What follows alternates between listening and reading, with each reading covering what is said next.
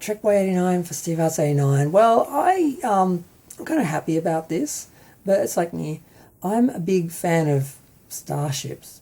I love, the Enterprise, Voyager, the Enterprise D, all that. Even Discovery is an interesting looking ship and all that, and some of the ships on their show are interesting. But I've never been big on the alien ships because they're the bad guys. I never really liked the bad guys. I was always like, Kirk and Spock and the Enterprise. I was never really like the Klingons or the Romulans or anyone else. I didn't really care as much, and that's probably why the ships aren't as popular. Obviously, whenever they start a new line, it's always the Enterprise and Starfleet ships first, and then it's like maybe the Klingon ships and maybe the Romulan ships.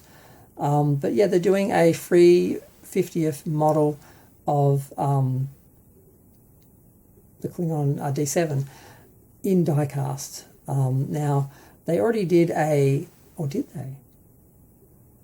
They did, maybe I'm confused. They did a Katinga class from Star Trek The Motion Picture and Star Trek 6 in 350th scale to go along with the movie Enterprise.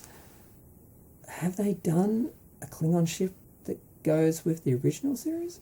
Because this is like a pre-painted, pre-lit one that, you have to pay a fortune for. So I'm glad they're making it, although I didn't get the Enterprise, and I certainly won't be getting a Klingon ship before the Enterprise, but maybe after I get the Enterprise I'll get the Klingon ship. I didn't buy them because the die-cast metal ones had some line issues, which I think could easily have been eliminated. They could have designed it better and they wouldn't have had these issues. They just didn't try very hard. They're just very basic, basic, construction. And it was very disappointing. But then when I looked at them after the fact, I'm like, you know what? Once you get used to seeing the lines, the rest of the ship is beautiful, and you probably should have got it because there were some local people that got it because part of the issue why I didn't was the packaging and the costs. But some people did actually get it locally, so I could have bought it locally for a couple $100 less than what I was expecting.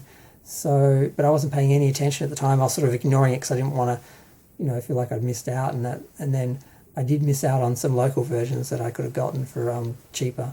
So I kind of regret not getting the Enterprises, but I probably wouldn't get the Klingon ships. And also, for example, like the Enterprise refit, the paint is so complicated, you don't want to try it yourself. You just want to buy one that has it. And the decals, I didn't think looked great on the models and that. So I can understand buying that because it's a lot of paint work that you have to do. The Klingon ships, the Romulan ships, they were just really basic. They didn't have a lot of detail. Like the original Enterprise, which did have weathering later on. A lot of people don't realise they added weathering. They literally drew lines on with pencil and smudged them to get that sort of look. So there's some detail on the original Enterprise, but the Klingon ship was totally smooth. It was just like grey, matte, and that's it. And the Romulan ship was pretty similar. I think it was like not quite matte, more a little bit. What's the term? Semi-matte, whatever. But yeah, so glad they're doing it. Obviously, the other two sold, and it'd be nice if they continue on with the line and we got more 350th scale models, and maybe I'll buy them all one day.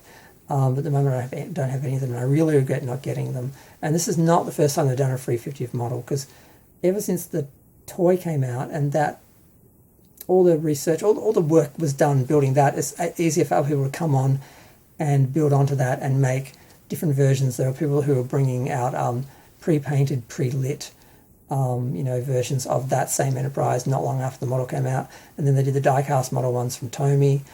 So we're getting more of those sort of things, that sort of build and that sort of professionally, get them done professionally yourself, but those official, pre-painted production lines, sort of model quality sort of things. So I'm happy about that. And the other thing we're also getting, which I nearly forgot, is Exo6 is doing a caged Spock in the landing party uniform, which is nice. I mean, I've already got my Pike in the landing party uniform, so in my little Star Trek doll collection, 12-inch doll collection, I do already have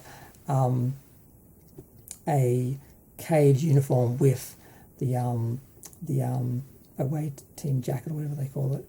So I'm glad they're doing it though, because it'll be better quality, and I'll probably get that one day, I guess. They're on the list. When I finish my collections of other stuff, a lot of smaller items, I'd rather buy 10 or 20 smaller items in a collection and finish off a whole set of collectibles than pay $300 or $400 or $1,000 for one big item. I just leave them to last. When I've run out of all the little figures and I've finished off all my collections, then I'll just slowly one by one pick up all these Grail items, which are either too expensive to get now, or I couldn't get at the time, or I still can't find because I missed them back in the day. But yeah, I just want to talk about that for a minute. I just think it's cool they're doing it. It looks great. And I hope they do more on the line, and I hope I can actually afford some of them one day.